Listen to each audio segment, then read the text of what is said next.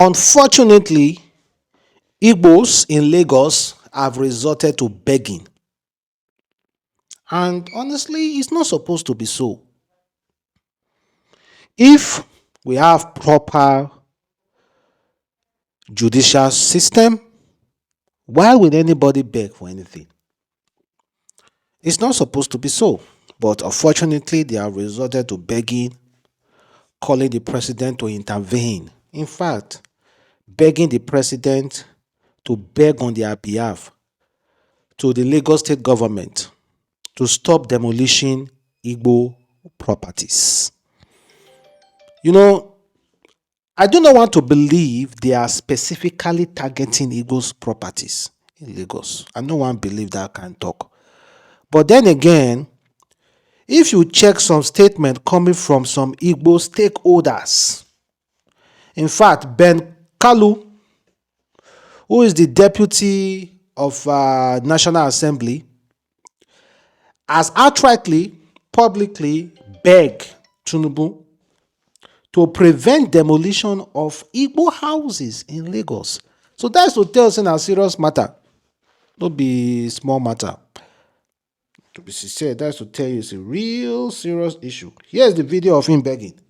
For what you are doing in our state through our governor, and what you are doing around the southeast. But I must say, it's about time, Mr. President, that we have another port in the southeast. Southeast are traders. We need a port so that our trading will be enhanced. Mr. President, I also want to say that the destruction, demolition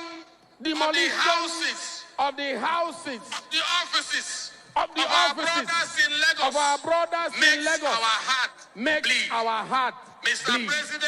Mr. President, for some of them who have not gotten the right document, my plea to you is to appeal to the governor of Lagos State to keep accommodating our brothers and please allow them to rectify their documents instead of destruction. Okay, he said that for some of our brothers who have not gotten the right document.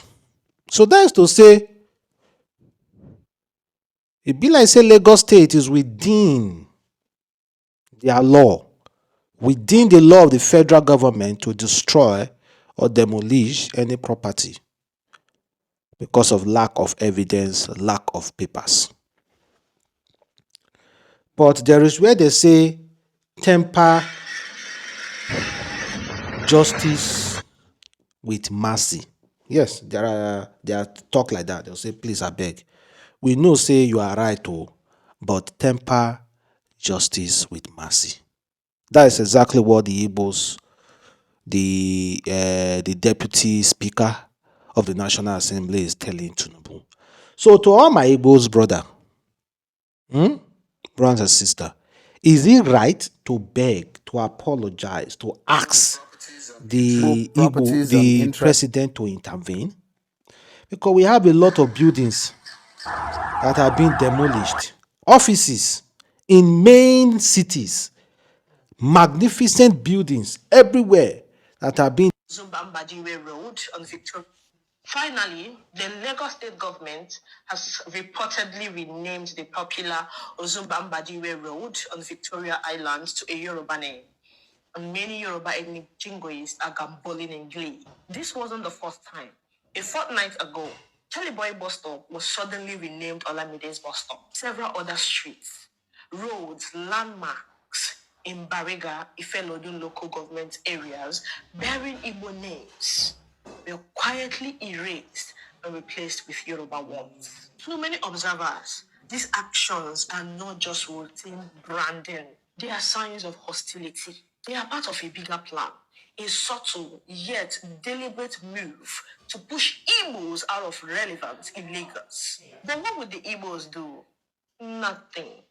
The Igbo would just smile, adjust their clothes, and continue to buy lands, build houses, invest in their businesses as though nothing happened. An Igbo man could be slapped 5 times, and by the 6th slap, he will still look surprised, asking, why are you slapping me? That's how blindly tolerant Ndigbo have become in Nigeria. It is painful to admit, but Ndigbo love Nigeria too much, even more than Nigeria loves them. While other ethnic groups are busy protecting their identity, dignity, and interests, Ndigbo are busy chasing business, expansion, and survival, often forgetting that survival without respect is dangerous. The last governorship election. Well, I kind of like agree with how very well. I am not an Igbo man, but then again, I'm in Nigeria. And if you check my blood, there is a little of Igbo, little of Hausa, and little of Yoruba in my blood. If you check them, there's little of everything. But then again, like what she said you will slap an Igbo man several times. And the sixth time slapping that Igbo man will still be surprised and ask you, why are you slapping him? Well, this is a wake-up call. Igbo is a wake-up call. Of course, they might accuse Lagos of strategically trying to remove all Igbos from Lagos. I accuse Yoruba people of strategically trying to remove all Igbos from Lagos. But the proof are all there. But then again, they are doing it systematically using the rule of law to do it. Systematically, they are doing it. But then again, I think it's a wake-up call. There is no cause for fight. That is why even this Ben Kalu, I don't really blame him, because sometimes no be gra they think they get something. Sometimes you beg stylishly, but then again, fix the insecurity in your state. The other day, Cubana chief priest was crying that he cannot invest in his own state. That insecurity, they make her they run from his own state, going to Lagos, go they invest to Abuja, investing their money. And some people will talk say this insecurity is caused by the federal government. The federal government they caused insecurity. Let me be honest with you. If there is unity, and no corruption and progress in your land, nobody can bring insecurity to your doorstep. That is the honest truth. If your brothers are united, no stranger can come them and cause insecurity. Igbos are known for investing. But some other Nigerians again go accuse the Igbos. They will say it is hard and almost impossible to invest in Igbo land. Yes, some other Nigerians have such say in their mind. They go tell say it's impossible to invest in Igbo land, but Igbos go fit invest in other people land. People also they say that. So Igbos still get some things to re-educate other peoples about. You understand? To rehabilitate and re-educate people. Say no, you can come to Igbo land and invest as a Nigerian. Let them be more open discussing about those things.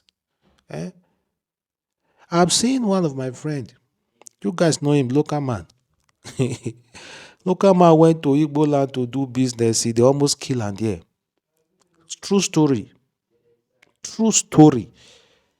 You know they hear Igbo. All the people do this. They almost buy and there. Well, according to Peter Obi said, Lagos demolition, law, justice, and compassion. A week ago, a team of concerned leaders visited the demolished Asakpada market in Lagos. Since then, I have carefully followed the reaction trailing the demolition. Our visit and feel that other extraneous variables are affecting our compassion for each other as Nigerians. The situation called for a deep reflection on the relationship between law, justice, and compassion in government. I recall an incident in the 90s when I bought a house in the UK at 666 Donington Road. While the building was still being refurbished, some quarters moved in. When I was consulted my lawyer, he advised that I should write to them formally and approach the court. It would have been unthinkable for the state to simply wake up one morning and demolish people's house, especially when such house were neither used for crime nor taken for an overriding public purpose. Those seeking to justice Those seeking to justify the current demolition in Asapada Market, Lagos, and the similar situation across Nigeria must be reminded that the law is not an end itself. It is a means to ensure order, peace, and the protection of human dignity. When the law becomes an instrument to inflict undeserved pain, enforced without compassion or regard for human welfare, it ceases to serve justice. That is coming from Peter Obi. He said, despite all those houses might not have papers, but because the law is compassion, see, that's what he says. Say law, justice, and compassion. On compassionate ground, because those buildings are not being used for crime or to commit havoc. Those buildings are for the development of the state. Then the state, on compassionate ground, can reverse it, not just demolish billions upon billions worth of buildings in Lagos. It is sad. It is sad. But all those things are politically motivated as well. Systematically strategy to inflict pain on certain group. Because I never still hear Yoruba person or any other ethnic group person. I believe it's not only Igbo as well. There are other minor ethnic group Nigerians that were also affected. But based on say Igbos are known for their long, wide range of investment in Lagos. That's why any building can just be tagged as an Igbo building. Well, I wish them all the best and I hope Lagos State can be more compassionate.